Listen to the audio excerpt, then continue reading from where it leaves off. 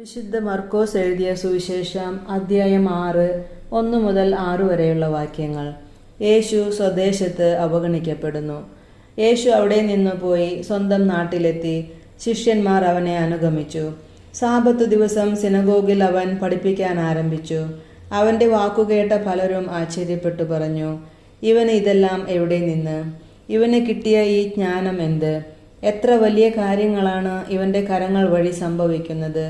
ഇവൻ മറിയത്തിന്റെ മകനും യാക്കോബ്, യോസെ, യൂദാസ്, ശിമയോൻ എന്നിവരുടെ സഹോദരനുമായ മരപ്പണിക്കാരനല്ലേ? ഇവന്റെ സഹോദരിമാരും ഇവിടെ നമ്മുടെ കൂടെയില്ലേ? ഇങ്ങനെ പറഞ്ഞ് അവർ അവനിൽ ഇടറി. യേശു അവരോട് പറഞ്ഞു, സ്വദേശത്തും ബന്ധുജനങ്ങളുടെ ഇടയിലും സ്വഭവനത്തിലുമല്ലാതെ മറ്റെങ്ങും പ്രവാചകൻ അവമതിക്കപ്പെടുന്നില്ല. ഏതാനും രോഗികളുടെ മേൽ കൈകൾ വെച്ച് സുഖപ്പെടുത്തുവാനല്ലാതെ മറ്റത്ഭുതമൊന്നും അവിടെ ചെയ്യാൻ അവന് സാധിച്ചില്ല. അവരുടെ വിശ്വാസരാഹിത്യത്തെക്കുറിച്ച് അവൻ വിസ്മയിച്ചു. നമ്മുടെ കർത്താവായ മിശിഹായ്ക്ക് സ്തുതി.